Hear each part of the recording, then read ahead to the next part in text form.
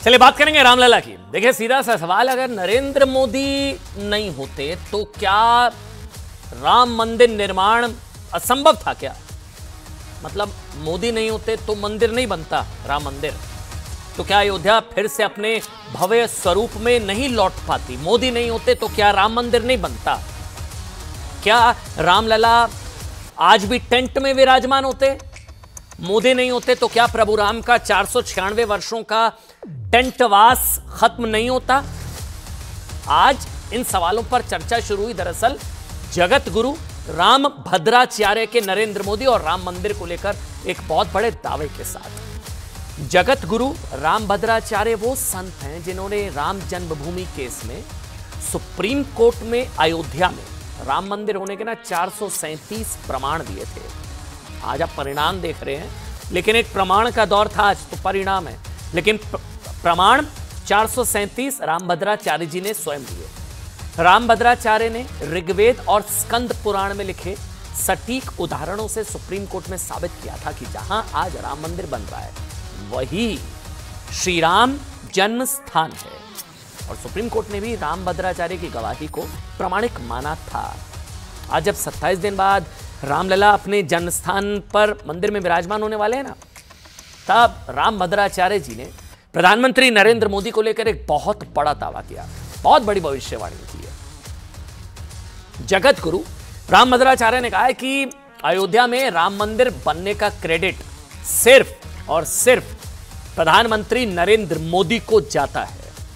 राम भद्राचार्य जी ने कहा कि राम मंदिर निर्माण में मोदी सरकार अति सक्रिय भूमिका में नहीं होती तो इतनी जल्दी भव्य राम मंदिर निर्माण इम्पॉसिबल था, संभव नहीं था, क्योंकि नरेंद्र मोदी से पहले कांग्रेस की सरकार राम मंदिर निर्माण के पक्ष में नहीं थी।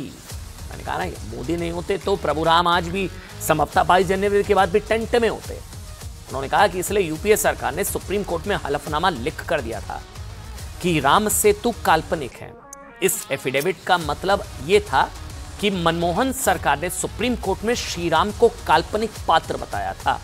इसे भी दिलचस्प है, जो राम प्रभु राम को काल्पनिक बताते थे आज निमंत्रण का इंतजार कर रहे हैं, हमें भी बुला लो। बहरहाल राम भद्राचार्य जी ने पूछा कि कांग्रेस और विपक्ष में जिन लोगों को आज ये याद आ रहे हैं ना कि राम तो सबके हैं, तो उन्होंने राम जन्मभूमि आंदोलन को सपोर्ट क्यों नहीं किया? ये राम भद्राचार्य जी ने पूछा। राम जन्मभूमि के खिलाफ सुप्रीम कोर्ट में कांग्रेस के वकील क्यों थे? और राम सबके हैं तो कांग्रेस के कार्यकाल में अयोध्या की स्थिति अछूत जैसी क्यों बनी रही? जगत गुरु राम भद्राचार्य ने 1990 की उस घटना की भी उन्होंने याद किया, जिक्र किया, जब मुलायम सिंह यादव उत्तर प्रदेश के मुख्यमंत्री थे। सुनिएगा। और 2 नवंबर 1990, तारीख ध्यान रखिएगा, 2 नवंबर 1990 को कार सेवकों पर गोली चलाने का आदेश दिया था।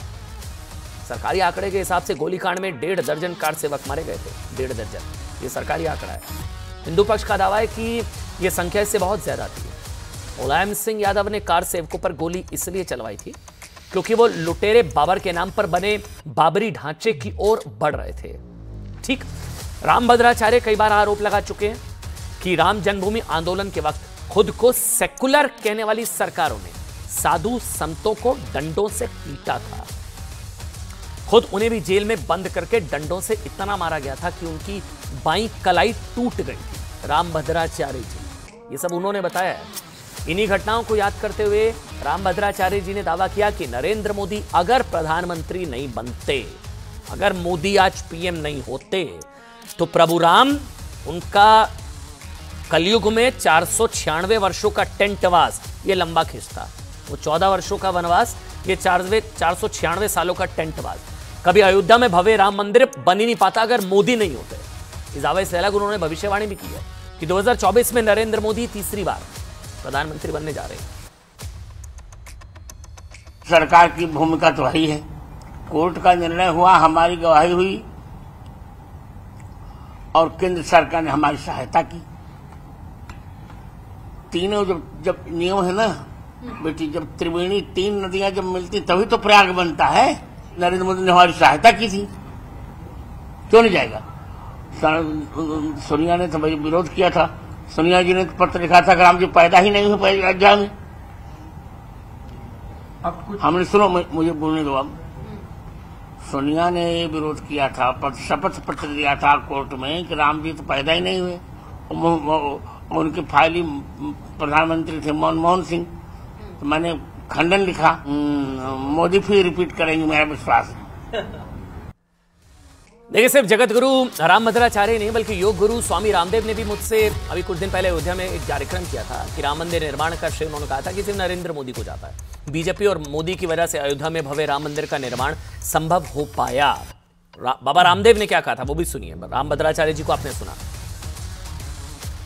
बार बार कहा जाता है कि भाई राम तो सबके हैं, सिर्फ मोदी जी के थोड़ी ना है। आप भी सारा श्रेय मोदी जी को ही दे रहे हैं।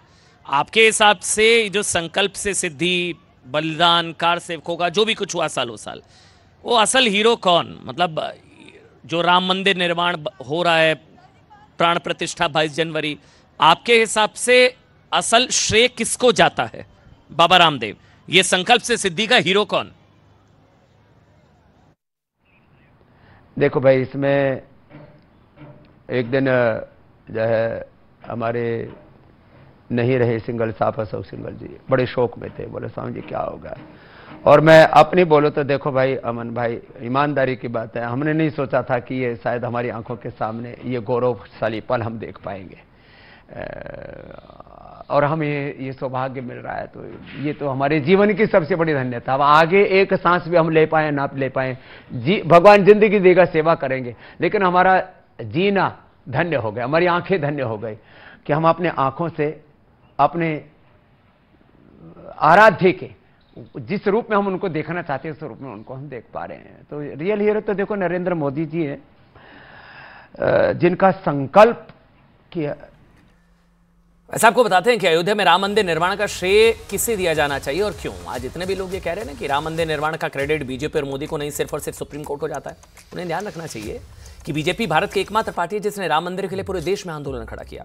बीजेपी ने 1989 के पालमपुर अधिवेशन में राम जन्मभूमि का मुक्त कराने का प्रस्ताव पारित किया। बीजेपी ने 1990 में सोमनाथ से अयोध्या तक राम मंदिर के लिए यात्रा निकाली थी, रथ यात्रा। इस रथ यात्रा में रथी रामकृष्ण आडवाणी और सारथी नरेंद्र मोदी ही थे।